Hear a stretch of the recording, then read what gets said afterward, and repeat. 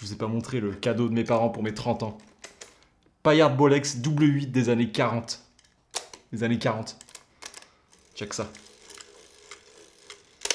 Écoute.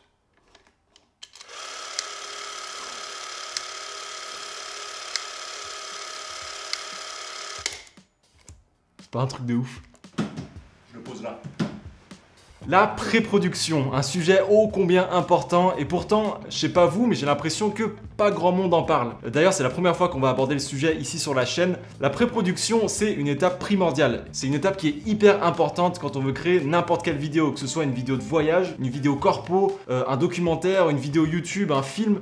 On aura toujours besoin de passer par l'étape pré-production. Pendant des années, je vous cache pas que je faisais partie de la team flemme de passer du temps sur la pré-prod et plus le temps avance, plus je me rends compte de l'importance de cette étape. Donc aujourd'hui, je vais vous parler des 5 étapes que je suis quand je planifie mes tournages. C'est un workflow qui me permet d'être beaucoup plus organisé et structuré. Première étape, ça va être de trouver l'idée parce que avant de commencer à planifier quoi que ce soit, il va falloir commencer par le plus important, à savoir trouver cette idée de vidéo. Forcément, en fonction du type de vidéo que vous allez faire, la recherche sera différente. Si on fait une vidéo pour un client, ce sera différent si vous faites une vidéo de voyage par exemple. Mais globalement, sur quasiment toutes mes vidéos, ce qui m'aide à trouver mon idée, c'est de me poser 2 questions. La première, c'est quel est le message que je veux faire passer? Et la deuxième, ça va être quelle émotion est-ce que je veux faire ressentir? La première question m'aide à trouver le fond de ma vidéo, donc le message qu'on veut faire passer. Et la deuxième, c'est plutôt la forme, c'est-à-dire comment est-ce que je vais transmettre ce message. Je prends l'exemple de la vidéo sur le DJI Mini 3 que j'ai sorti il y a quelques mois. On est parti dans les Alpes pour faire une belle vidéo. Le message, il aurait été regardez ce qu'on peut faire avec un drone débutant. Et la forme serait je veux faire frissonner mon audience, donc avec une musique épique, des images impressionnantes par exemple. Une chose qui m'aide beaucoup aussi, et ça c'est un petit tips gratuit pour vous, tu me diras tout est gratuit dans cette vidéo, c'est de commencer par réfléchir à la fin de votre vidéo pour ensuite écrire votre histoire. Au lieu de commencer par trouver le début de la vidéo, trouvez la fin et construisez votre histoire en fonction de cette fin. Pour moi, je trouve que la fin d'une vidéo ou d'un film a un énorme impact. C'est souvent ça dont on se souvient, donc hyper important d'avoir une fin dont vous êtes pleinement satisfait. Pour écrire mon scénario, personnellement, j'utilise une plateforme que vous connaissez sûrement qui s'appelle Notion. Notion sponsorise aujourd'hui cette vidéo et je vais vous montrer comment je me sers de Notion dans toutes les étapes de ma pré-prod parce que c'est vraiment hyper pratique, vous allez voir. Déjà, ce que je trouve très utile, c'est le fait qu'on puisse avoir Notion sur son ordi, mais aussi sur son téléphone. Tout se synchronise instantanément, c'est-à-dire que généralement, ce que je fais, c'est que j'écris mon scénario sur mon ordi quand je suis au studio et une fois que je suis sur le lieu de tournage, j'ouvre Notion sur mon téléphone, j'ai tout mon scénario, j'ai tous mes tirets pour mon face caméra, je sais ce que je vais dire.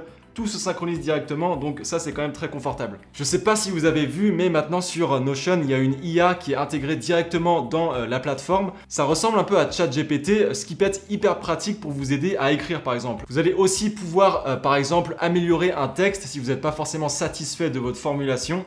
Vous savez que je suis un peu méfiant sur ces IA, j'ai pas envie forcément que ça remplace l'humain sur cette partie créative, mais ça peut quand même être un gros gagne-temps dans pas mal de situations. Ok, une fois qu'on a trouvé notre idée, on va pouvoir passer à l'étape numéro 2, à savoir l'inspiration visuelle et sonore. Ce que j'aime beaucoup faire, c'est de m'inspirer de plans de vidéos ou de films existants pour me créer un mood board. Pour ça, il y a plusieurs sites qui existent. Celui que j'adore utiliser, c'est ShotDeck. Si vous connaissez pas ShotDeck, c'est un site où vous allez pouvoir trouver des milliers d'images extraites de films. On va pouvoir choisir par exemple le type de plan qu'on veut, la focale, les couleurs. Il y a des tonnes de filtres. Si je tape par exemple voiture ancienne, on va retrouver toutes sortes de plans. Il y a quelques semaines, j'ai écrit toute une vidéo sur une Mustang, une vidéo d'ailleurs qu'on n'a jamais pu tourner parce que une fois qu'on était sur le tournage, la fameuse Mustang est tombée en panne, donc on est content. Mais si on retourne sur Notion, vous allez voir que j'ai créé une page dédiée pour organiser tout ce tournage. Je vous parlerai de l'organisation juste après, mais on va commencer par descendre en bas de la page pour voir le mood board qu'on a créé. On a simplement glissé des images de ShotDeck directement sur Notion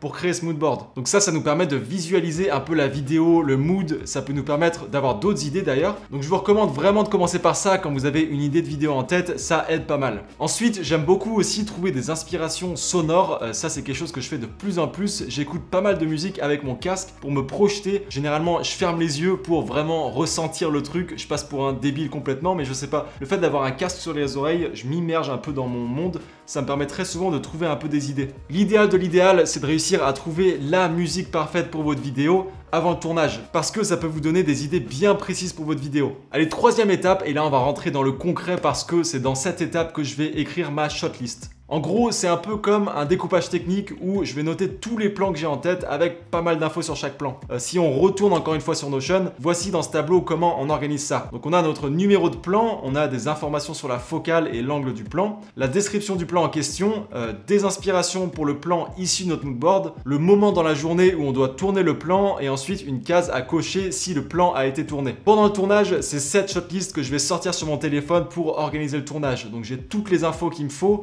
Si on tourne avec d'autres personnes, ça me permet de leur montrer exactement comment ça va se passer et d'avoir une journée de tournage qui est bien structurée. Ce qu'il est possible de faire aussi, si vous voulez être encore plus précis, ça va être de faire un storyboard, donc de dessiner précisément le plan que vous avez en tête. C'est quelque chose que j'ai très rarement fait, je vous l'avoue, mais que je trouve vraiment intéressant parce que ça aide beaucoup pour se projeter et au moins quand on arrive sur place, on sait exactement comment tourner le plan et on perd pas de temps. Si on regarde rapidement la page Notion, je voulais vous montrer ça.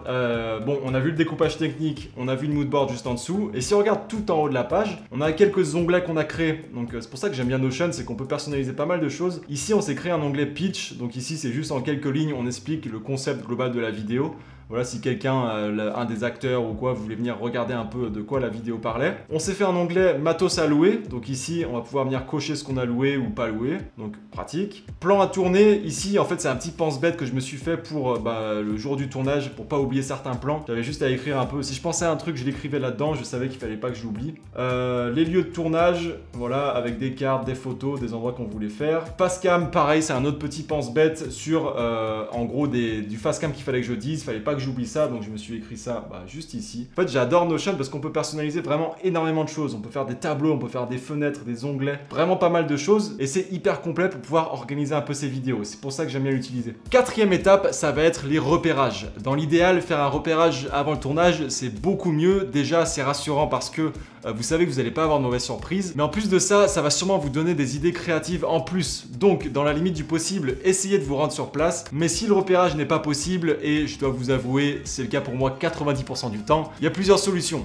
Si vous shootez en extérieur, vous pouvez regarder sur Google Maps. On a fait ça pour le tournage de la Porsche. Par contre, assurez-vous que les images ont été faites récemment parce que très souvent, les images sont vraiment anciennes. On en a vu qui dataient d'il y a plus de 10 ans. Donc, il y a de fortes chances que ce soit plus du tout pareil si ça date d'il y a 10 ans. Si vous shootez chez un client, n'hésitez pas à lui demander des photos ou des vidéos du lieu. Ça peut vous aider à vous projeter en termes de lumière, d'espace, de profondeur de champ, etc. Et maintenant qu'on a notre shortlist et qu'on a fait nos repérages, c'est l'heure d'organiser le matériel. Et là, je voulais vous donner un petit conseil parce que une erreur que j'ai fait quand je débutais, c'est de tout le temps acheter du matos de au cas où. À chaque fois que j'avais besoin de quelque chose pour un tournage spécifique, par exemple, je dis n'importe quoi, un prompteur pour une interview, et je l'achetais. J'ai dépensé énormément d'argent sur ce genre de choses et résultat, après des années à faire ça, je me suis retrouvé avec du matos plein les placards qui me servait vraiment à rien. Donc ce que je recommande vivement de faire, c'est de louer le matériel sur des sites de location, soit des sites professionnels, soit des sites entre particuliers. Mais voilà, ne dépensez pas des milliers d'euros pour du matos dont vous allez vous servir qu'une seule fois. Les sites entre particuliers, il y en existe beaucoup. Il y a Gearbooker par exemple, LightyShare. Voilà, ça peut être une bonne option pour vous. Voilà les potes, c'était mes quelques conseils pour bien structurer votre workflow de pré-production. Je suis hyper curieux de savoir si vous aussi vous avez des astuces en plus. Comment est-ce que vous organisez vos tournages? Dites-moi tout en commentaire qu'on puisse un peu discuter, ce serait hyper intéressant. Merci d'avoir regardé cette vidéo jusqu'ici. Si la vidéo vous a plu, le petit pouce bleu fait hyper plaisir et ça aide beaucoup. N'hésitez pas à vous abonner non plus. Moi je vous dis à très vite les potes pour une prochaine vidéo. Prenez soin de vous. Ciao ciao.